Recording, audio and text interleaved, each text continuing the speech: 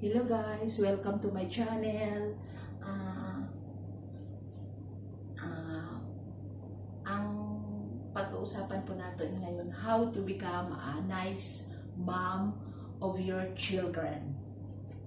Ah, ako kasi, yung ginagawa ko sa mga anak ko, simula nung bata sila, inaano ko talaga sila, inaalagaan ko sila, kasi kumbaga, kung ano yung ginawa ng nanay sa akin noon, hindi ko ginagawa yun sa kanila.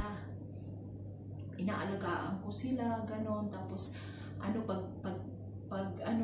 pagising nila sa umaga, inaasikaso ko talaga, araw-araw ko talaga sila pinapaliguan, tapos pinapangaralan ko talaga sila, ganito, ganito na, ganito gawin mo na, ganito. Tapos nung maliliit sila, ang ko talaga sa mga anak ko, sinabi ko sa sarili ko noon nung nakapag-asawa ako na kahit ayaw kong mag-asawa, hindi ko pinangarap sa bubuhay kong mag-asawa nung panahon na yun. Pero hindi ko pinabayaan ng mga anak ko. Tapos ang mga anak ko asikaso talaga yan. Ayoko silang madapuan ng lamok, ayoko silang madisgrasya, ayoko silang madapa. Ganun ang ko sa mga anak ko. Yung hindi ko naranasan sa magulang ko, yung hindi ko naranasan sa magulang ko na inaalagaan ako, inaaruga ako, sa mga anak ko lahat binuhos yun. Tapos, pag nag-aaway kami ng mag-asawa, sinasabi ko talaga sa asawa ko, alam mo, sabi ko sa asawa ko, kung ano yung ginawa ng magulang ko sa akin, ayokong mangyari sa mga anak ko. Sabi ko pa, hindi ko sila pababayaan, sabi ko sa mga anak ko. Sinabi ko rin sa asawa kong gano'n. Tapos, alam mo, sinasabi ko sa asawa ko, pag nag-away kami, sabi ko, kahit anong gawin mo sa buhay mo, sabi ko, wala akong pakialam sa'yo, sabi ko sa asawa ko. Sabi ko, kasi ang mga anak ko, ang priority ko. Sabi ko gano'n. Tapos, yung mga anak ko, pag nadadapa sila, sabi ko, nak, mag-iingat naman kayo, nak. Sabi ko gano'n. Kasi ako hindi ko naranasan yung alagaan ka ng nanay mo, padidihin ka ng nanay mo. Hindi ko naranasan, paliguan ka ng nanay mo. Hindi ko po yun naranasan. Kaya masabi ko sa mga anak ko, maswerte kayo, nak, may nanay kayo. Sabi ko sa mga anak ko, sabi ko, maswerte kayo, nak. Kasi pagmulat pala ng mata nyo, sabi ko, may nanay kayo, sabi ko. Sabi ko, alagang-alaga po yun sila. Nung pinanganak ko po sila, pagpanganakan pa lang, pinapa-injectionan ko na yun sila. Tapos, ini-schedule pagkapanganak. Tapos, 2 months yata o 3 months pa-injectionan na naman sila sa center. Palagi ko yan silang, pag sinabi ng center na punta dito, injection. Kumpleto yung mga anak ko. Kaya sa awa ng Diyos, hindi sila sakitin. Tapos talagang sabi ko, maliligo kayo araw-araw, mag-toothbrush kayo palagi. Tapos siyempre mahirap kami. Alam mo, nabuhay yung mga anak ko. Ulam namin, noodles lang, itlog, masaya na sila. Pati hotdog, paborito nila yung hotdog. Or minsan yung hotdog, ilalagyan ko po yun ng itlog. Di ba? Ang hirap ang buhay ko nung nagsimula pa lang akong mag-asawa. Nung buntis pa lang ako, medyo maganda ang ng anak ko kasi nung nagkaano kami ng asawa ko, nag-aaral kasi ako noon, nagsatrabaho ako sa rescue, ganun. Tapos nung mag-asawa na kami, nung buntis na ako sa manganay ko, mayroon pa yung biyanan ko, may restaurant pa sila, may restaurant sila, may canteen malapit sa City Hall ng Pasay. Tapos, syempre masarap ang mga pagkain kasi may negosyo sila. Nung wala na, lumipat na kami sa Manibay, may tindahan yung biyanan ko na maliit lang na grocery, mga laruan, gano'n. Tapos habang lumalaki yung mga anak ko, inaalagaan ko po sila. Tapos yun nga, pag wala kaming pera, nag-noodles lang kami, nag-iitlog lang kami, nag-hotdog kami, masaya na. Tapos sa isang linggo, gusto ng asawa ko, kahit sa isang linggo, isang beses, makatikim ng masarap na ulam, gano'n. Naglalaga kami ng baka o nag-ihaw kami ng isdang bangos, gano'n. O adobo kami. So, sa isang linggo, masaya na kami. Masarap. Isang putahe lang na masarap na ulam, masaya na kami. Basta ang importante po sa akin, kasama-sama kami mga anak ko. Tapos pag Sabado at Linggo, Sabado at Linggo, mga anak ko naglalaro lang sila sa loob ng bahay. Tinatawag nila yung mga kalaro nila. Tapos pag may marami ng mga bata, nag-aral-aralan sila, nagtichir-tichiran sila, nagsulat-sulat sila, gano'n ang ginagawa ng mga anak namin. Tapos yung asawa ko, mas gusto niya yun kaysa maglalakwatsa sila, gano'n. Tapos pag maraming mga bata, nagluluto ako ng merienda sa mga bata, pinapakain ko, gano'n. O, minsan naglalaro lang naman sila, 3 oras, 2 oras lang naman, pinapamerienda ko yung mga bata. Ganun po ako kabait sa mga anak ko. Kaya nga mas swerte yung mga anak ko sa akin eh. O kasi mabait po talaga akong nanay. Hindi kagaya ako. Tapos alam nyo ba, hindi ako namamalo sa mga anak ko. Hindi ako namamalo, hindi ako mahigpit. Alam ng mga anak ko yan. Ang asawa ko ang mahigpit. O, mahal na mahal ko yung mga anak ko. Alam mo, sinasabi ko sa mga anak ko. Nak, sabi ko, kung ano yung nangyari sa akin, sa buhay ko. Sabi ko sa mga anak ko, sabi ko, ayokong maranasan nyo na pag mulat ng mata ko, lulot-lula ko lang nagpalaki sa akin. Maraming nagbubulyaw sa akin, maraming masasakit na naririnig ko. Kasi wala na akong tatay, di ba? Wala rin akong nanay. Sabi ko sa mga anak ko, ayokong mangyari sa inyo, nak, sabi ko. Kaya ang pagpalaki ko sa mga anak ko, diretso. Lahat ginagawa ko para sa mga anak ko. Mga ginagawa sa mga anak ko. Sabi ko gano'n, sabi ko. At saka alam ng mga anak namin nung nagsimula nung niligawan pa lang ako ng tatay niya, maraming hadlang sa amin, maraming ayaw sa akin. Hindi ko alam kung bakit. Kasi sa panahon noon, na panahon ng estudyante pa ako, siyempre gusto ka lang talaga ako ng asawa ko kasi masipag naman ako.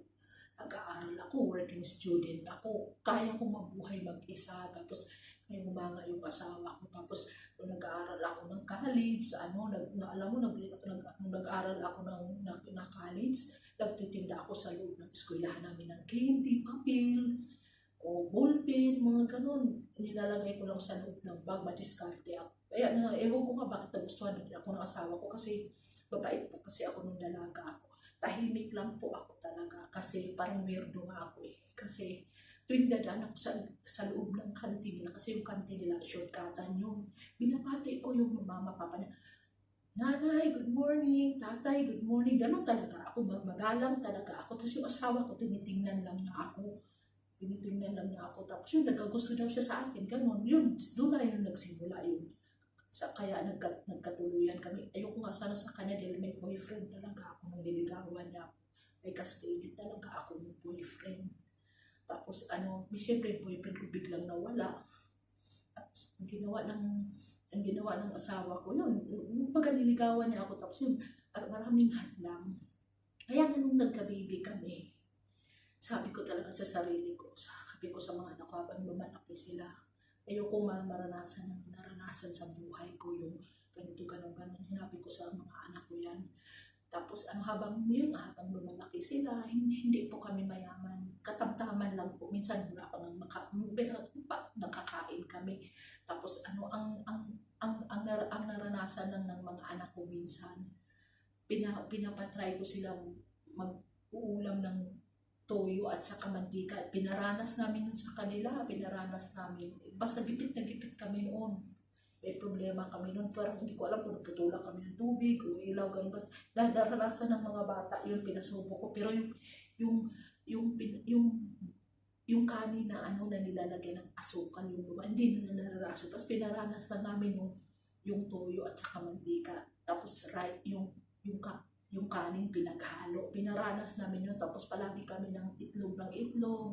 Tapos noodles yun. Tapos paminsan-minsan naman nagugulay kami. Malunggay at saka kalabasa. Tapos prito, hinahalo namin. Basta sa isang linggo po, isang beses lang po kami kumakain ng masarap na ulam po. Maglaga kami ng baka. Tapos susunod na linggo, mag-inihaw kami ng tilapia o na bangus. Minsan nag-aadobo kami. Hindi po kami mayaman, pero magpasaya ako kung ano yung pinakain namin sa mga anak namin kasi nagbunga po lahat yan. Tapos habang lumalaki sila, pag may umaaway sa kanila, pinagsasabihan ko yung bata, huwag mo namang awayin yung anak ko, sabi ko ganun. Kasi hindi ko nilabas sa mundo yung anak ko kung away-awayin nyo lang. Kung kasalanan niya, pagalitan ko. Pero hindi ako namamalo sa mga anak ko. Alam ng mga anak ko ngayon, hanggang ngayon, hindi talaga ako mahilig mamalo. Pero nung bata ako, hinahampas pa ako ng upuan. Kaya ayoko mangyari sa mga anak ko kung anong nangyari sa buhay ko. Kinaano ko talaga yun, sinasabi ko sa sarili ko, at saka simula nung lumabas yung mga anak ko sa sarili ko, sabi ko, pag lumaki lang kunti itong mga batang ito, gusto ko mag-abroad, kahit anong trabaho, makarating lang ako ng abroad, sabi ko, para hanapin ko rin yung tatay ko, kung sino talaga yung tatay ko. Yun ang goal ko talaga nung dalaga ako. Tapos nung dalaga ako, ayokong mag-asawa, hindi ko pinangarap mag-asawa. Nagkaka-boyfriend man ako, pero baliwala lang yun. Hindi ko siniseryoso sa buhay.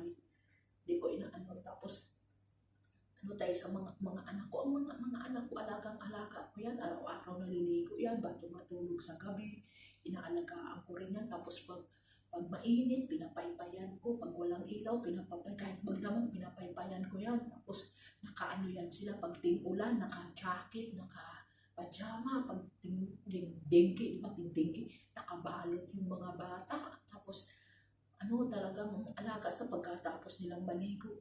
Pag lamok, mayroon talaga silang lotion na pang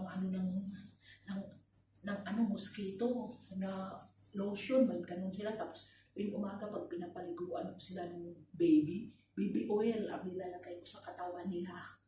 Pati sa buhok nila, nilagyan ko. Tapos, araw-araw yun, pagsanggol pa sila, nilalagyan ko sila dito ng epicacent oil at saka yung chan. Tapos yung umaga, di ba, pag baby, hinihilot mo yung paa, hinihilot mo yung ganito, hinihilot mo yung ganito para hindi maninigas yung maganda, hinihilot mo yung ganito ng mga bata, gano'n. Gano'n ang ginagawa ko sa mga anak ko. Tapos, ayoko silang makipag-away, gano'n. Tapos hindi ko sila tinuturuan makipag-away. Tapos, maging mabait po kayo, maging mag-aalam kayo. Pag may kakilala kayong tigulang, mag-bless kayo. Gano'n inaano ko sa mga anak ko. Tapos, bago sila matulog nung bata pa, ko yun. Nagbabasa ako ng storybook sa kanila, gano'n. Tapos kwentuhan muna kami bago sila matulog.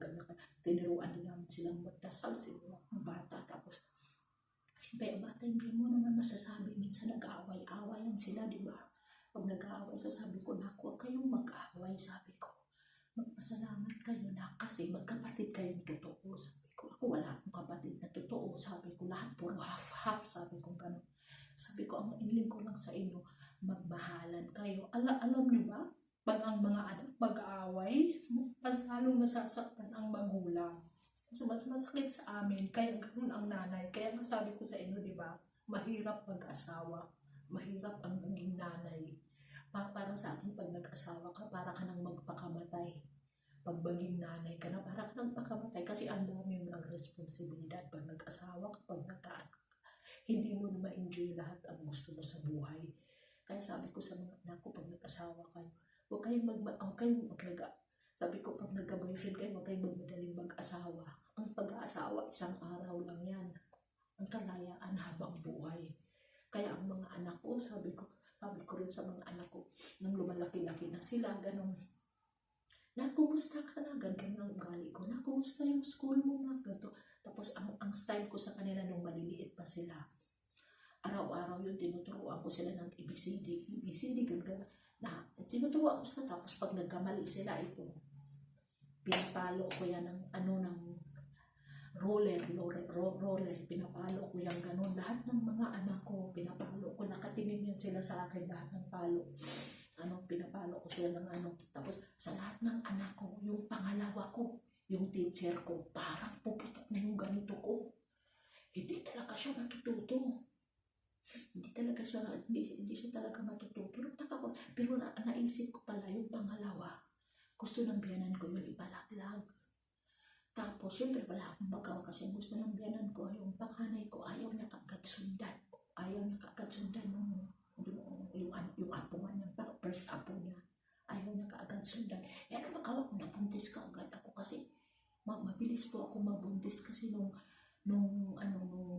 mag-boyfriend kami, di ba? So, nag-live-in kami. Hindi naman ako nagpakasal kaagad eh. Pinapahilot ako ng asawa ko para siguradong mabuntis ako. Nung hinilot ako siguro 5 times, tuwing Friday yun, tinataas yung matres ko. Yun, kaya sunod-sunod ang anak ko noon. Tapos yung panganay, di ba, yung panganay lumabas.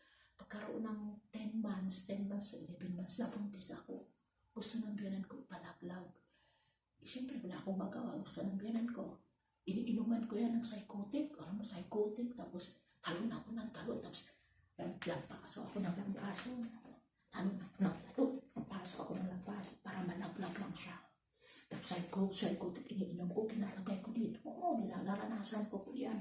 Tapos, hindi talaga malaglag ang bata. Tapos, syempre yung tayo na binatis ko yung pangalawa, di ba? Mayroon pa silang kantin. Tapos doon sa kantin sa may City Hall, mayroon doong clinic, private clinic. Pag nagsisiman ka, doon ka magpapaklinik. Yung doktora doon, kaibigan namin. Suki doon sa karinderya ng biyanan ko. Tapos nagtaka yung doktora, sabi niya, bakit si Erodine? Bakit maputla si Erodine? Sabi, anong nangyari dyan? Anong training? Putang talaga ako. Siguro sa kainom ko ng psychotic. Tsaka hindi ako kumakain. Pagod na pagod ako kasi talon ako ng talon. Akyat baba sa hagdanan. Ikot ng ikot. Grabe, namumutla ako. Tapos parang nangangayayat ako. Sabi ng doktora, ano nangyari kay Erodine? Tapos sabi ni sabi ko, Dok, kasi gusto ba naman ni nanay, Dok, na ipalaglag ko? Intis ko, sabi ko kay doktora. Sabi niya, ha? Gusto ni nanay, sabi ko, kasi ayaw pasundan yung anak ko, sabi ko gano'n. Sabi ng doktora, ha? Talaga? Ilang buwan na yung tiyan mo? Sabi ko, Dok, magdadalawang buwan, sabi ko gano'n. Nahawa yung doktora sa akin, binigyan niya ng gamot ng vitamin sa pampakabit ng bata. Sabi ko, alam mo, Dok, hindi lang siguro 30 piraso ang pinapasok ko dito. Tapos dito rin, sabi ko, ang dami na. Siguro mahigit 30 o 50 na, sabi ko. Yung mahal pa ng isang piraso ng psychotic. Siguro 18 pesos ba ang isa no? 28. Tapos piraso, kapitbahay lang din namin ng benta, midwife. Tapos sabi ng doktora, alam mo, baka mamatay ka Erodine kasi namumutla ka. Tapos namihina ako, tapos nangayayat ako. Lalimang kay malaglag mo yung baby. Tapos alam mo, nung pinainom ni doktora sa akin yung gamot na yun. Medyo tumaba ako, tapos naging na yung kulay ko, gumanda na. Feeling ko doon yun na yung anak ko, na side effect yung utak ng konti. Tapos nung yun, nung pangalawa ko, habang lumalaki siya, para siyang robot. Tapos hindi siya masyadong nagsasalita, hindi siya bumaba ng bahay namin. Nakasilip lang siya sa bintana. Pag may mga, kasi yung bahay namin, paglabas mo kalsada na, may mga sidecar, ganun, dumadaan lagi sa kabila lang yung sasakyan. Tapos sumisilip lang siyang ganun. Tapos, nung umuwi kami ng probinsya kasi nabuntis ako, pangatlo anak doon ako nanganak, di ba?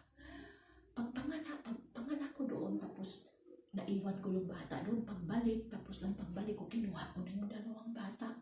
Pagkuha ko sa kanila, pag-uwi sa Malibay, yung pangalawa ko, bumaba siya, tapos siya sa kalsada, parang tumawid siya doon, pumunta siya sa barangay. Nasa kasaan kamuyan siya ng sidecar. Yung ulo niya, yung katawan niya, pumasok sa ilalim ng sidecar na ditadyak, pumasok yan. Tapos, siyempre, bata, umiiyak. Hindi siya umiiyak siya, nagsigawan mga tao. Tapos yung asawa ko nasa taas din. Erodine, sabi niya, nasa kasaan yung anak mo, si Monica, Pagkita ko talaga, masyasyak ako, nasa ilalim na siya ng sidecar. Tapos yung nagdadrive, galing ng probinsya, tanga-tanga. Bigla daw kasi tumawid ang bata. Napasok siya doon sa loob. Alam mo, ang anak ko nanginginig siya.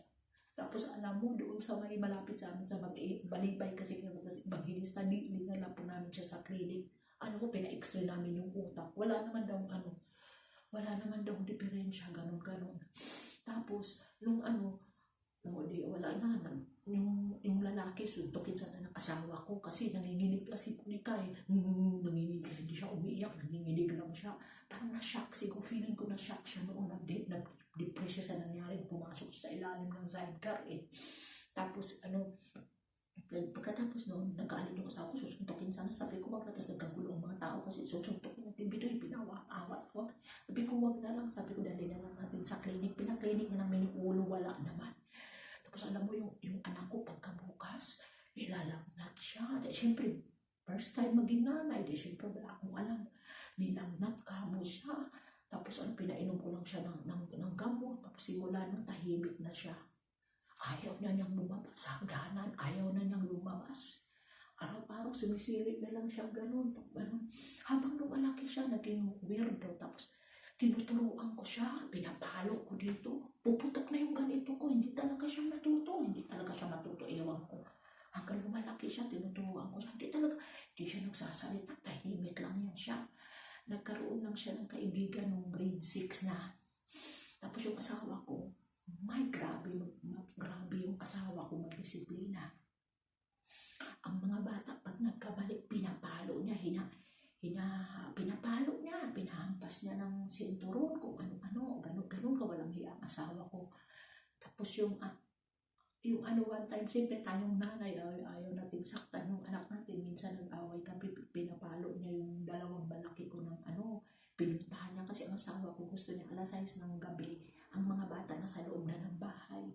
Dumating alas 7, no? Pagdating ng alas 5:30, nag-iikot na kami buong bahay, sinisilip na namin kung saan yung mga anak namin. Tapos pag hindi siya nakita, pag alas 7 dumating, alas 6:30, palo. Tapos minsan pinalo ng asawa ko, nagdugo dito. Nag-away kami ng asawa ko. Sabi ko, kung gaganyanin mo lang yung anak mo, sabi ko sa kanya, maghiwalay na lang tayo.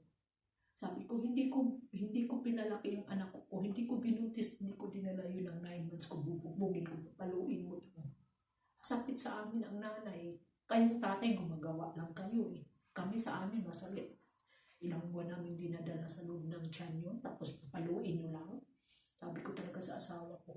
Minsan nag-aaway kami ko, alis na lang ako dito, dalhin ko yung mga bata. Sabi ko, uwi na lang ako sa probinsya, sa Negros. Sabi ko gano'n. Tapos nagkabati na naman kami.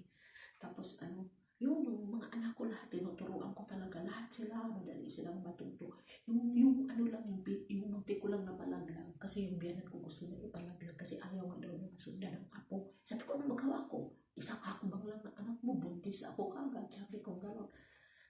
Yung biyanan ko, ayaw ko yan sa akin. Ayaw. Hanggang ngayon, ayaw nga po sa akin yan. Hindi ko alam. Tapos yung sister-in-law ko rin, ayaw na sa akin. Pero pinabayaan ko lang. Nasa lang talaga ako kay Lord. Tapos yung asawa ko, sobra talaga niya akong mahal. Nung kami, ayaw ko magpakasal sa kanya kasi hindi ko pangarap yung asawa-asawa. Kasi pangarap ko talaga makapag-abroad, makita ko yung tatay ko. Kasi parang may kulang sa sarili ko. Kaya yun, naghahanapin ko talaga ang tatay ko. Tapos yung mga anak ko, tuloy-tuloy, namin, masaya kami sa mga anak ko, ganun. Tapos yung mga anak ko, sabi ko na, mag-aaral kayong mabuti ha. Tapos pag naka 100 sila, binublow out namin sila. Kunwari, na, pag makapasa ka sa test na, bibilang kita ng pencil case, bibilang kita ng karayulan, mga regalong maliliit lang. Tapos sabi, sige ma, gagalingan ko yung school ko ma. Ganun ang mga anak ko. Alam mo, mga anak ko, mauutak sila. Tapos, yung pangalawa ko, di ba, ng grade 6, nagsimula siya magbarkada. One time, kakabuang kami sa kahanap hanggang dyan sa plaza, ikot-ikot kami. Alam mo yung anak ko, hindi namin makita-kita. Doon lang pala sa best friend niya, si Angel, doon sa may garahe ng taxi. Inano ng tatay niya, nung dumating siya alas 7, hindi kaagad. Kasi parang siya, nag-aaral siya ng makikihalubihon sa tao. Parang kasi dati weirdo siya, nakatahimik lang siya, hindi siya nakikipag-usap. Yung nakita siya ng tatay niya alas 7, wala pa. Hinahanap ng tatay niya, nagsisigaw ang tatay niya. Alam mo, nung nakita siya ng tatay niya, ginanod siya ng tatay niya. Ang haba ng buhok ng anak ko hanggang dito. Ang ginawa ng asawa ko, ginanod yung anak ko. Alam mo, nasasaktan ako sa ginagawin ng brute na. Tapos alam mo, kumuha siya ng gunting. Ginupit niya talaga yung buhok ng anak ko. Teacher, ginupit niya talaga. Alam mo, habang ginugupit niya, iyak ako ng iyak. Galit na galit ako sa asawa ko. Galit na galit ako, hinahampas ko yung asawa ko. Alam mo, sa totoo lang, mahirap mag-asawa. kahit mahirap, mas lalo mahirap sa akin kasi hindi ko naman siya boyfriend ng matagal eh. Hindi ko naman siya karelas, hindi ko alam ang mga ugali na kung ano. Pero habang ginugupitan niya yung anak ko, umiyak ako talaga. Grabe, mas tamaan loob ko sa anak ko. No? Yung imbis na pamahal na ako sa kanya, nawala yun ang biglang gano'n na lang. Kasi yung ginawa niya sa anak ko, ginupit niya, sabi ko, grabe ka naman, Pinoy. Sabi ko, gano'n. Anak mo yun, gugupitan mo, nahuli lang ng dating. Sabi ko sa kanyang gano'n. Sabi ko, tapos, hindi na ako, sabi ko, bahala ka sa buhay mo, kahit anong gawin mo sa buhay mo, wala na akong pakialam sa'yo, sabi ko gano'n. Pinabayaan ko talaga asawa nung simula nung pinabayaan ko siya. Hindi ko na siya inaasikaso, hindi ko na, wala, alam, pag nagsabi akong ayoko na, pinabayaan ko siya. Simula noon, nawala na ako ng amor sa kanya. Papaluin niya ang anak ko, alam mo, masakit sa nanay yun, papaluin ang anak mo, hampasin yung anak mo. Masakit sa amin yun kasi galing sa tiyan namin yun. Kayong ang mga lalaki, wala kayong mga pakialam, wala kayong puso. Basta ang gusto nyo lang, masarap. Wala kayo sa hirap. Kaya yung ginawa niya kay Monica, nasaktan talaga ako. Basta sabi ko sa inyo, si Monica ang anuhin nyo, kakalabanin nyo. Nasasaktan ako. Bakit? Kasi nasa tiyan ko pa lang siya, gusto na siyang patayin ng biyanan niya, ng lola niya. Hanggang ngayon, si Monica, ganun ko siya kamahal. Hindi ko kaya si Monica mawala sa akin. Hindi kaya sasabihin natin kamukha ko siya. Hindi. Kasi, naawa ko sa kanya, nasulog pa lang ng tiyan ko, ayoko mang gawing inuman ng gamot. Wala akong magawa kasi nakikitira kami sa biyanan ko eh. Mahirap ang makikitira sa biyanan pag nag-asawa kayo, mahirap. Hanggang ngayon, nakatira pa rin kami sa biyanan ko kahit wala na yung asawa ko. Doon pa rin kami nakatira hanggang ngayon. Pati mga anak ko doon pa rin sila nakatira. Ang hirap, mahirap ang... Kaya nasabi ko sa mga anak ko, pag nag-asawa kayo, huwag kayong tumira sa mga biyanan nyo at saka gusto ko tapos kayo sa pag-aaral. Kasi ako noon, sabi ko, ilang buwan na nag-graduate na ako ng midwife. Nung nabuntis ako kay Erika, ayaw na ng asawa ko tapusin niya yung midwife ko. Pero mautak pa rin ako. Nag-aaral ako ng caregiver.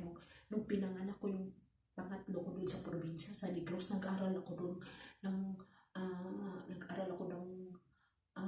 householder at caregiver sa Negros. Tapos yung bunso ko ngayon, yung si Adrian, nung pinanganak ko yan, nag-aaral din ako ng reflexology. Nag-aaral din ako ng reflexology kahit hindi ako nakatapos ng midwife, pero nakapag-training ako sa lahat ng ospital, nakapag-billing ako. Binigyan ako nung Mama Mary, pag midwife ka, bibigyan kanila ng Mama Mary. Ibig sabihin nakapag-billing ka. Pag nurse ka naman, yung dito, yung sombrero ng nurse, billing ako, nakapag-training ako lahat ng ospital, pati sa Red Cross, nakapag-training ako. Tapos, pagkatapos ko ng training, sa lahat ng ospital center, lahat ng center sa Pasay, napasukan ko yun, pati lahat ng ospital, pati line-in, napasukan ko yun. Tapos, pagkatapos noon, pumapasok pa rin ako sa mga ospital, trabaho ako sa search and rescue. Ganun po ako kasipag ng dalaga ako. Kaya nga nang hinayang ako nung hindi ko natapos yung midwife eh. Hindi ko alam kung makapag-aral pa ulit ako ng about medical. Tapos yun na yung mga anak ko, mahal na mahal ko sila hanggang ngayon habang lumalaki sa nila. Tapos nagsakripisyo talaga ako sa kanila. Sinakripisyo ko sila hanggang ngayon. Habang lumalaki yung anak ko, nag-aaral, yung asawa ko nagtrabaho. Tapos ako ang ginagawa ko noon nung maliliit pa sila. Nagtitinda po ako ng palamig, ng sagot lamang. Nagtitinda po ako ng hotcake. Sa harap lang ng bahay namin, nagtitinda ako ng Indian Mingo. Hinihiwa ko po yun. Tapos may mga bagoong, may bagoong na maliliit na hipon. Yun, ginigisa ko yun. Lagyan ko ng sibuyas, kamatis. Minsan nilalagyan ko ng tapa ng baboy. Ganun.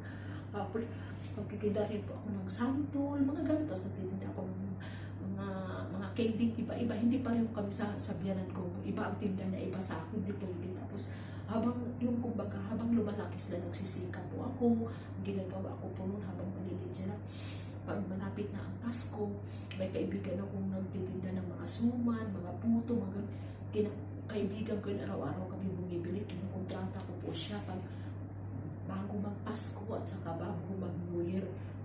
Yung kukuha ko sa kanya na iba-ibang mga kakanin, yung kunwari suman, butong kamuting kahoy, mga ganon, pichi-pichi, mga ganon, tapos maliliit na puto, malalaking puto. Sabi ko, anuhan mo ako ng isa-isang ganon, tapos iaalok ko para mga kapitbahay namin, may panghanda sa Pasko at saka New Year. Sabi ko, tapos yun, nagtitinda rin ako, binahay-bahay ko yung buong iskanyo. Alam ng mga iskanyo yan, din ako sa labas na nakipagchismisan, doon pumapasok lang ako sa loob ng bahay pag nag-aano ako ng mga paninda. Ganun po ang buhay ko noon. Tapos pag October, may kakilala kasi kami doon sa Quezon City. So malapit sa New Era, may pagawaan po doon ng kalendaryo.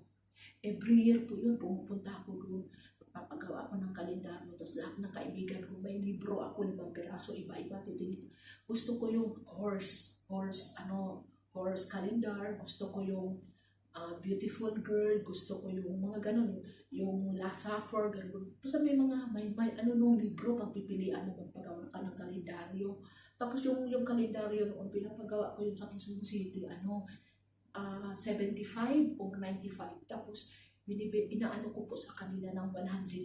Hindi ko alam ngayon kung magkano na po. Yun din po ang buhay ko nung maliliit na yung mga anak ko. Tapos i-order mo yun. Kung titingin ka, tapos magpagawa ka. Pag ibigay ko na sa inyo, bayad agad. Pero may sakit talaga yung Pilipino. Minsan 2 bigay. Minsan sa sahod ko na lang ibigay. Basta kailangan buong ibigay yung 150. Kasi pagpagawa ko doon, paggawa mo ngayon, bigay din ka agad ang pera. Parang yung pera ganun nagpapalitan. Kaya ganun din ang pag-order ka ng ganun. Pag nandyan, bayaran mo talaga.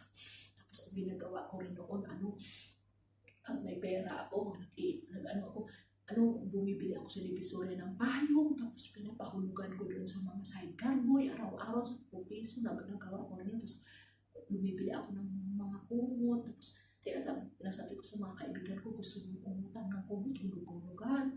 Tapos titinda rin ako ng mga perfume sa Divisoria ko binili, hulug-hulugan din yun. Tapos minsan mga sabon sa Divisoria na hindi naman masyadong mahal na pang mukha, yung mga jewelry na pang babae, ganun. May papaya, may cucumber, mga ganun, plain orange, ganun, apple, ganun, ang sa mukha, pampaganda, parang sabon ng Chinese yata yun pinapautang ko rin yun, ganun, 35 pesos ang pagkamili ko, 17.80, tapos pinapautang ko 35 pesos, hulug-hulugan din yun.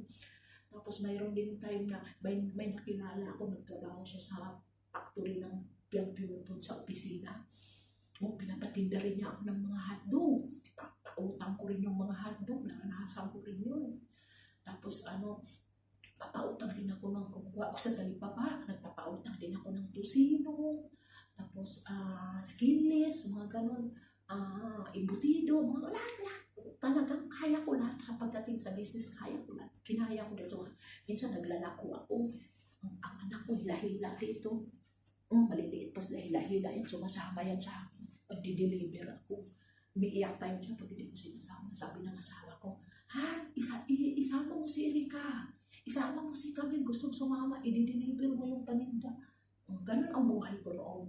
Kaya sa Malibay, hindi niyo ako nakilalang chismosa roon.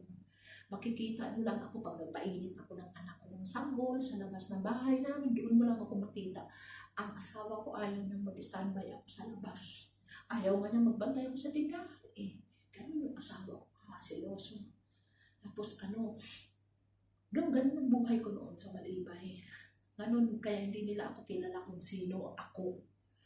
Alam mo, sa mga madaldal, chika ako. Pero hindi ako chismosa, hindi ako wala akong pakialam sa Malibay ko anong mga buhay nila. Basta buhay ko ang gagawin ko para sa mga anak ko. Ganun ang ginagawa ko. Tapos yung negosyo ko, tuloy-tuloy. Basta kung ano-ano mga ititinda ko, tinda. Kaya yung mga anak ko ngayong 2, yung 3 palang anak, negosyante ngayon. Yung panganay ko may online business. Yung bunso kong babae may online business. Kung ano nakikita nila saan, kasi yung nanay ko, nakita ko yung nanay ko, high school ko na nakita. Nagtitinda, ang ano rin ang nanay ko sa probinsya noon, gumagawa siya ng peanut butter, piniprito niya yung mani, nilalagyan niya ng sili or bawang, ganun. May mahangang, may hindi. Tinitinda ng nanay ko, gumagawa siya ng banana candy, sampalok candy, gumagawa yung nanay ko. Sama-sama, mga kakanin, gumagawa yung nanay ko. Nakuha ko yun sa nanay ko. Yung kapatid ko, yung half-sister ko, nakuha niya sa nanay ko. Nagmamanicure. Yung kapatid ko, tapos nagbi-makeup. Yun din, yung anak ko nakakuha din ng ganun sa nanay ko na nagbi-makeup. Yung teacher ko ngayon, nagbi-makeup siya ng extra. Mga kakilala ng kapatid niya, bini-makeupan pag mayroong okasyon sa eskwelahan. Nakuha ng anak ko yun. Tapos yung sa nanay ko naman, yung mahilig kumanta ang nanay ko sa katatay ko, nakuha ngayon sa mga anak ko, hindi ko nakuha. Sabi nga ng nanay ko, din, sabi ng nanay ko, saan ka ba nagmana? Sabi ng nanay ko, matalino ang tatay mo. Magaling ako kumanta, magaling ang tatay mo. Kumanta, may kumbo pa ang tatay mo, sabi ng nanay ko. Bakit di ka marunong kumanta? Bakit di ka matalino? Sabi ng nanay ko. Hindi ko alam. Pero ngayon napunta sa mga anak ko, ang katalinuhan, ang kasipagan, ang negosyante, ang magaling maganito. Nakuha yun sa bunso ko, sa tatay ko yun. Kaya nga nagulat yung mga half-sister at brother ko ngayon sa Amerika. Nakuha kung hindi ko man nakuha yun ng mga nanay ko kung anong mga hilig nila, kung anong ganito nila. Magpupunta sa mga anak mo yun. Sa dami po ng anak ko, 6. Almost every year po ako nanganganak. Nung pinahilot yung tiyan ko. Ganun, tapos alam mo yung mga anak ko, nag-ano din sila, alam mo mga anak minsan naglalambing, ma, gusto ko ng ganito, ma, kung kaya ko binibigay ko po yan. Minsan sabi ng anak ko, ma, ganito, may sa school namin, may ganito, ma, punta ka, ma, ha? Tapos ang style ko po noong maliliit sila, sa school, di ba, pag may party, nagluluto talaga ako ng biko, mahablangka, marunong po talaga ako magluto, simulan, bata ako. Nagluluto ako ng mga sweet. Nakikita ko sa nanay ko, ginagaya ko yung sa lolo ko nung nagbubudbud siya ng yung maliliit na bigas o bindod tawag mo sa probinsya tapos ginagawa niyang budbud. Nagaya ko basta lahat ng kakanin ginagawa pa tuwing may okasyon sa eskwelahan, pag party, di ba, Christmas, magdadala ang mga nanay. Nagluluto ako ng isang bilao, pansit, mahablangka, biko, yun, nagaganon ako. Minsan, dadala ako ng palamig, nagtitinda kami ng palamig, di ba, noong dadala ko isang jar na palamig, nadala ko sa eskwelahan yan. Basta kung ano yung kaya ko, yun ang binibigay ko sa eskwelahan. Hindi ako magpapaano sa ibang nanay kasi may mga social, bili ng cake, bili ng pizza, mga ganun. Hindi ka nagluluto, mga tamad yung mga ibang nanay. Ako po, gusto ko po yung pinaghirapan ko, kahit mumurahin, makakain ng mga tao, masaya na po ako. Kaya tuwing may party ang mga anak ko, present talaga ako. Mamimigay ako ng pagkain, ganun. Talaga ako, mahilig talaga ako mag-sharing, mag-friendly, gano'n. Pag mayabang ka, ayoko sa'yo. Kasi hindi po ako mayabang. Kung ano po ako ngayon, kung ano po nakikita ko sa sarili ko, ganun po talaga ako. Pero nung dalaga, tahimik ako. Natututo lang po akong maging ganito. Nung simulan mo nakapag-asawa ko, tapos may mga anak ako, syempre, pag pumunta ka sa center, di ba, pa-injectionan mo anak mo, syempre, kaibang biganin mo yung mga doktora doon. Kasi yung sa center din po namin, nakapag-training po ako doon, kaya kilala ko lahat ng doktor, mga nurse doon, mga roads, kilala ko lahat kasi friendly po talaga ako simula nung naging midwife ako. Lahat po ng ospital, napasukan ko po sa Pasay. Bigay tapos nakapagtrabaho pa ako sa rescue. Lahat din ng mga ospital, napuntahan ko din yun. Ay, si Ma'am Erudine, nagtrabaho ka pala, Ma'am, sa search and rescue, tapos nag-aaral ka pa, nag-OJT ka pa, sabi nilang gano'n. Maano po talaga ako, ang sumira lang po sa pangarap ko na di ako nakatapos ng midwife. Yung asawa ko, pinigilan po niya ako kasi gusto po niya talagang magkaanak. Dahil ang mga biyanan ko, after 10 years bago sila nagkaanak, nag-alaga muna sila ng aso, tuta, lovebird, gano'n. Tapos mahilig sila sa mga hayop, gano'n yung biyanan ko. After 10 years, nagkaanak po sila. Yung sister-in-law ko, yung asawa ko. Tapos, syempre, yung asawa ko gusto niya nang magkaanak kasi ang asawa ko nung mag-asawa kami, 29 yata siya, 28 lang. Hindi ko lang ganun lang siya. Basta ang tanda ng asawa ko sa akin, 3 years or 4 years, parang ganun. Kaya, gusto naman niya akong magkaanak, kaya pinahilot niya. Kasi yung biyanan ko, nagkaapo, 50 plus na. Yung biyanan ko lalaki, 60 plus na nagkaapo. May gap silang dalawa sa edad 10 years eh. Kaya yun ang asawa ko sa akin. Yung asawa ko dati, maluko yun, mahilig yun sa babae. Kasi matangkad, macho. Mahilig po, smiling face yung asawa ko. Marami talaga babae magkakos. Pero ako hindi ko siya gusto. Kasi may boyfriend na ako, physical therapy noong time na yun. Hanggang ngayon, di kami naghiwalay. Nandito po siya sa Kuwait na yun eh. Pero ayoko. Ipagpalikan sa kanya, ayoko po. Kasi gusto ko straight akong tao. Kasi, hindi po kayo maniwala. Pag 10 years na po akong balo. Nung pumunta po ako sa Kuwait, sabi ko sa inyo, pagkaraan ng 1 year and 3 months, namatay ang asawa ko. Hanggang ngayon, di pa ako nag-asawa, magti 10 years na. Kasi po, nakasintro po ako sa mga anak ko. Kasi mahalaga po yung mga anak ko sa akin. Kasi ang katuliran ko po, nung nagkaanak na ako, sabi ko, Lord, kung ayaw ko mag-asawa, pero kung binigay mo sa akin, wala na po akong magagawa. Pananagutan ko na po ito. Itutuloy ko po ito. Sabi ko, Lord, ayoko po yung naranasan ko, maranasan ng mga anak ko na pagmulat pa lang ng mata, paglabas pa lang sa pinapunungan, walang nanay, walang tatay. Sabi ko, Lord, kakayanin ko kahit anong hirap, sabi ko. Simula nung alam mo, tuwing mga nganak ako, makikita ko yung anak ko, talaga ako. Tapos para akong, pag nakita ko yung anak ko na hindi mo makakalam ko ano naramdaman mo pag nakita mo yung anak mo. Hindi mo alam, masaya ka, malungkot ka, umiiyak ka pag nakita mo yung anak mo. Bilang ang dumidi sa'yo, grabe. Ilan yun silang pinanganak ko. Anim yung anak ko. Tuwing mga nganak ka talaga, umiiyak ka. Kasi hindi mo akalain sa hirap lang nasa loob ng tiyan mo ng 9 months, magkasakit ka. Ako pa naman, pag nabuntis ako, 1 month, 2 months, 3 months, sumusuka talaga ako. Alam mo, kahit nilagang baka, sinusuka ko yan. Tapos yung magsusuka ako, kakain ako ng marami, useless, sinusuka ko, tapos nangangayayan ako, tapos wala akong dugo, namumutla ako. Ganon po ako pag nabuntis. Yung 6 na yan, ganon ang nangyari sa akin. Pero siyempre sabi nila, di ba, pag panganay ang anak mo, mahihirapan ka kasi first time, totoo yan, nahirapan ako. Sabi pa nga nila, baka daw mahirapan ako tuwing mga anak. Kasi yung sipit-sipitan ko, yung ganito, maliit na yung sipit-sipitan ko, hindi yan totoo. Hindi yan totoo. Kasi sabi na, Rodin, mahirapan ka mga anak kasi sipit-sipitan. Yung sa panganay ko, nahirapan ako. Kasi first baby, natasnasan talaga ako. Simulan o lakad na akong lakad, bahay palengke, lakad sa Malibay hanggang doon sa tabi ng dagat doon sa may PICC doon sa may Philippines Embassy doon banda naglalakad-lakad ako, di ba may dagat, mahaba yung dagat na yan hanggang doon pa nga sa may Harrison Plaza yung dagat na nilalakad ko yun palagi nung binumbuntis ko si Erika. Alam mo ang technique para madali kang mahirapan. Lakad ka ng lakad, punta ka ng palengke, lakad ka ng lakad. Saan ka pupunta? Lakad ka ng lakad.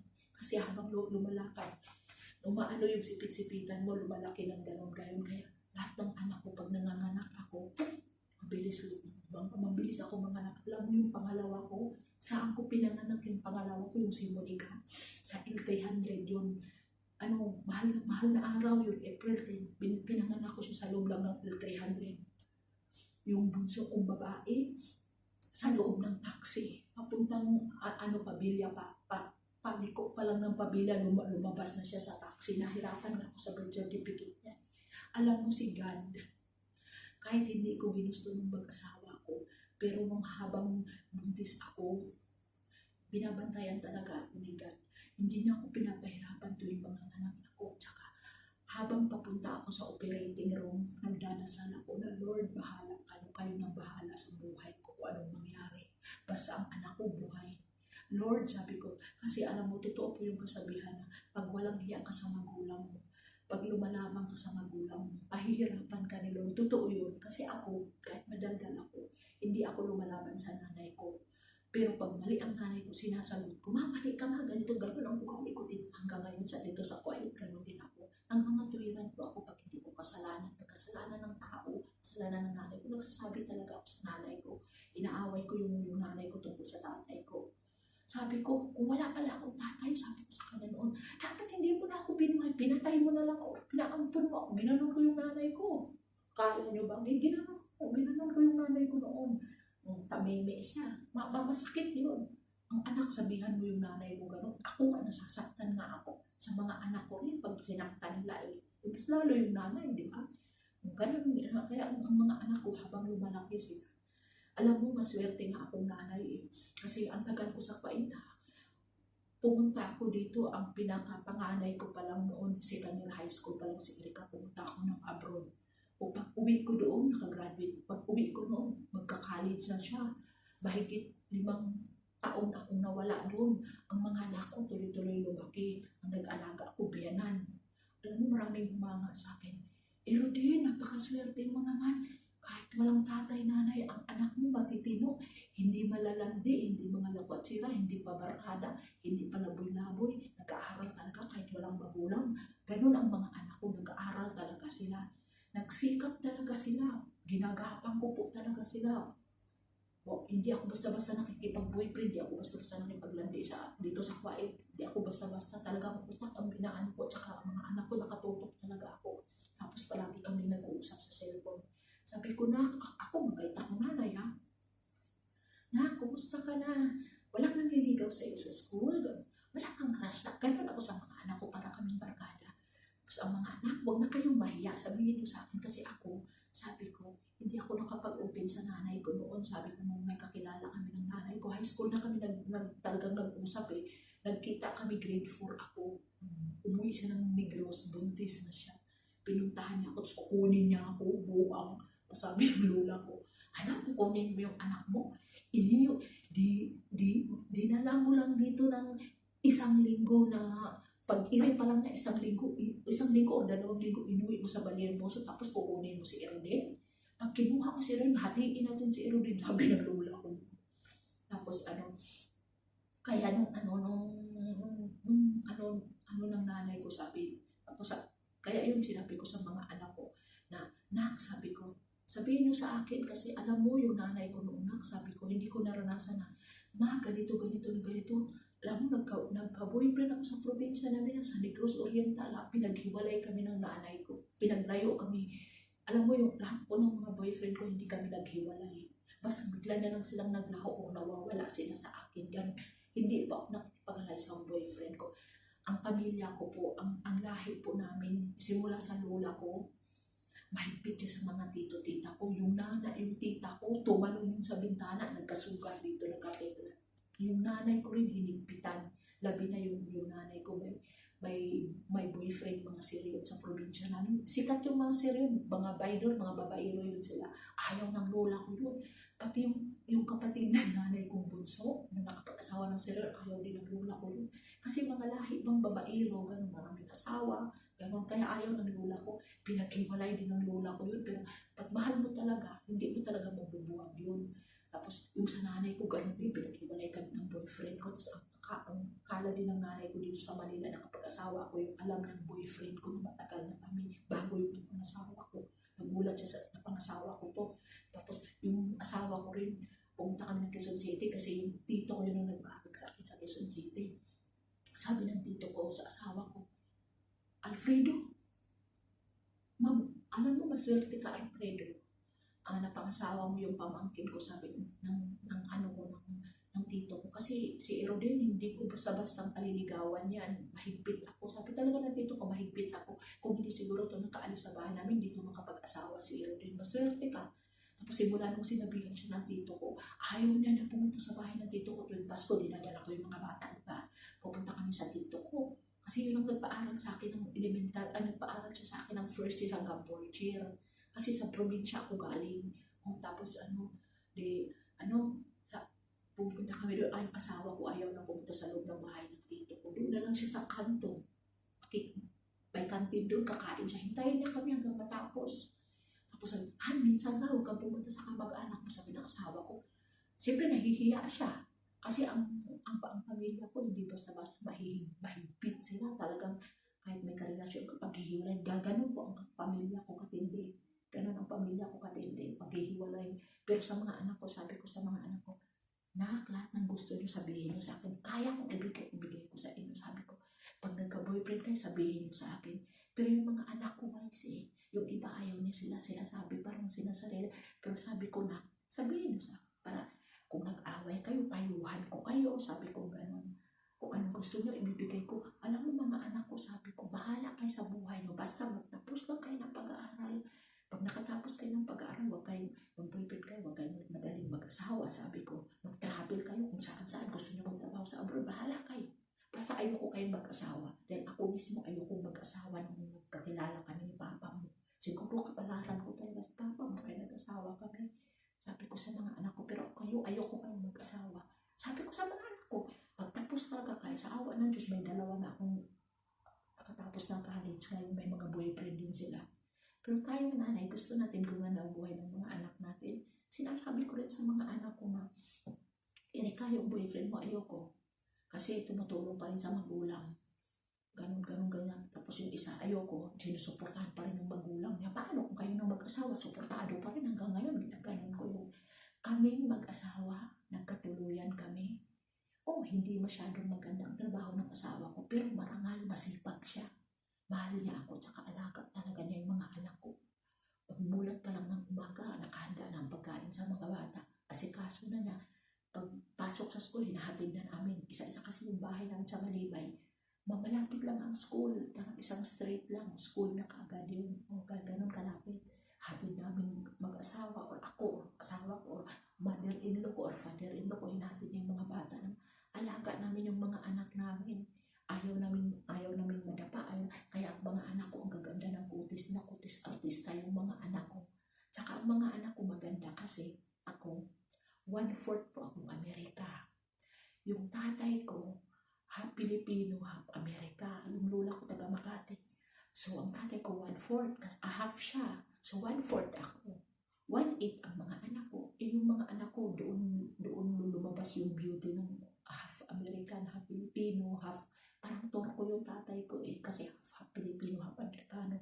Ganon din yung mga anak ko. Sa awa ng Diyos, ang mga anak ko ngayon, magaganda sila, medyo matatangkad sila, makikinis ang balat. Talagang hindi mo masasabing naghirap sila na noodles ang kinakain sa hotdog. Din ang mga kakatawan ngayon, ang lulusog nila. Saka matalino sila, talagang nag-aaral sila. May mga pangarap sila, sabi ko nung bata, naglalaro yan sila. Nak, anong gusto mo paglaki na? Ganon. Yung isa sabi, ma, gusto ko maging teacher. Tapos itong isa ma, gusto ko maging teacher. Tapos yung bunso ko ma, gusto ko maging doktor sa mga baby. Tapos yung bunso ko, gusto ko maging gusto ko maging pulis. Sabi ko ganon. Tapos yung lalaki ko, basta lahat tinatanong ko sila kung anong gusto mangyari na sa buhay ngayon. Yung gusto nilang mangyari sa buhay ngayon, natupad na. Yung isa gusto maging teacher na ng elementary ngayon, board exam na lang ang kulang. At saka review kasi nagkaroon ng COVID-19 na yan. Tapos yung panganay ko nakatapos din ng HRM. Maganda rin ang trabaho na sa Pilipinas. Yung restaurant, maganda rin. Kilala din yung restaurant na mamahalin ang tinda. Sa pagsisikap ko yun. Pagsisikap ko kasi yung asawa ko, nauna siyang nawala. High school pa second year pa lang si Erika na. Second year o fourth year? Third year si Erika. High school pa si Erika, namatay ang tatay niya. So ako nagdugo yun. Kaya nung pumunta ako ng Kuwait, 5 taon mahigit bago ako umuwi. Nagulat ako pag uwi ko, mga dalaga na sila. Pero tuloy-tuloy pa rin yung pag-care ko sa mga anak ko na, kumusta kayo? Kumusta yung school mo na? Kumusta yung project mo? Kumusta yung program? Yung mga kapatid mo maliit, pasaliin mo naman sa program para ma-experience. Kasi nung bata ako, hindi ko naranasan yung sumasali ako ng program. Hindi ko naranasan yung graduation, umaatin yung pamilya ko. Hindi ko naranasan yun. Tapos walang nagtuturo sa akin yung elementary ako. Kahit di ako masyadong matalino. Itong nga lang natututo ako masyadong mag-English noon, hindi. Walang pakialam ang lola ko sa akin. Basta pinalaki lang na ako. Magmadyong lang siya. May madyungan kami nung maliit ako. Yun lang. Pakakainin lang niya ako. Pagkatapos mananghali matulog hanggang 5:00 ng hapon. Ganun lang. Pero masarap magmahal ang lola. Yung naranasan ko na pinalaki ako ng lola ko, ganun yung mga anak ko ngayon. Lola din ang nagpalaki nila. Silang anim, pero yung isa umuwi ng probinsya sa tita ko kasi doon ko yun siya pinanganak eh. Ganun. Alam mo, pag nanay na tayo, lahat gagawin talaga natin. Sakripisyo. Alam mo, sabi ko nga sa mga anak ko, mag-enjoy kayo sa buhay mo kung anong gusto nyo gawin, gusto nyo magtrabaho sa ibang bansa. Walang problema, sabi ko sa mga anak ko, huwag lang kayong maagang mag-asawa. Ayoko kayong maagang mag-asawa. Gusto ko mag-enjoy kayo, mapangasawa niyo yung gusto nyo sa buhay. Hindi yung kagaya sa amin ni Papa mo, biglaan kami mag-asawa, biglaan kami nag-live-in, ganun. Sabi ko sa mga anak ko, lahat sinasabi ko sa mga anak ko, ano yung tama, mali. Ang importante sa nanay, lagi mo ipaalala sa mga anak mo na ganito, ganun, kumain ng maayos, ganito. Hanggang ngayon, pinagsasabihan ko pa yung mga anak ko, may mga boyfriend na yun ha. Sabi ko na, sabihin mo sa akin pag may problema ka ng boyfriend, minsan sinasabi, minsan hindi. Pero sabi ko, masalamat kayo na may mapagsabihan kayo. Tapos itong bunso kong babae, naghiwalay din sila ng boyfriend niya. Siya yung maldita, hindi yung lalaki, mabait yung lalaki. Alam mo, umiyak ako kasi naawa ko sa anak ko, umiiyak. Pati mga ate nag-iyakan. Sabi, naghiwalay si Angelica at saka boyfriend niya, sabi ganito. Anong kasalanan ko? Tapos yung anak ko talaga ang maldita. Nagmana sa nanay ko, maldita ako, hindi ako maldita. Ganito lang ako, pero hindi ako maldita, mabait po ako. Nakakaintindi po ako. Alam mo, kinausap ko pa yung lalaki. Umiyak talaga ako sa lalaki. Tapos umiyak yung anak ko, nagkikwento, umiiyak ako. Tapos nakakuha yung ate, nakikita daw yung anak, kapatid niya. Pag may ginagawa, umiiyak. Pag gising sa umaga, iyak na. Sabi ko, ganun talaga na kang ma-inlove kasi naranasan ko rin yan. Para din akong baliw. Pinaghiwalay kami ng tito ko. Umiiyak din ako. Sabi ko, lahat ng mangyayari sa inyo, mangyayari sa akin. Pero pasalamat kayo, nandito pa ako. Papagsabihan ko kayo. Sabi ko, tsaka alam mo, maganda rin yung marami kang naging boyfriend experience yun habang dumadami ang boyfriend mo, doon ka rin tumitibay. Sabi ko sa mga anak ko, ang relasyon, magpaintindihin, huwag mong dibdibin, ikaw lang ang kawawa pag nag-away kayo. Sabi ko sa mga anak ko, kailangan sabay ka lang sa panahon, sabay ka lang sa agos ng panahon kung ano. Kung hindi talaga kayo, hindi. Pabayaan mo. Damba! Sige, salamat guys ha. I-stop ko na po. Bye-bye. Nam!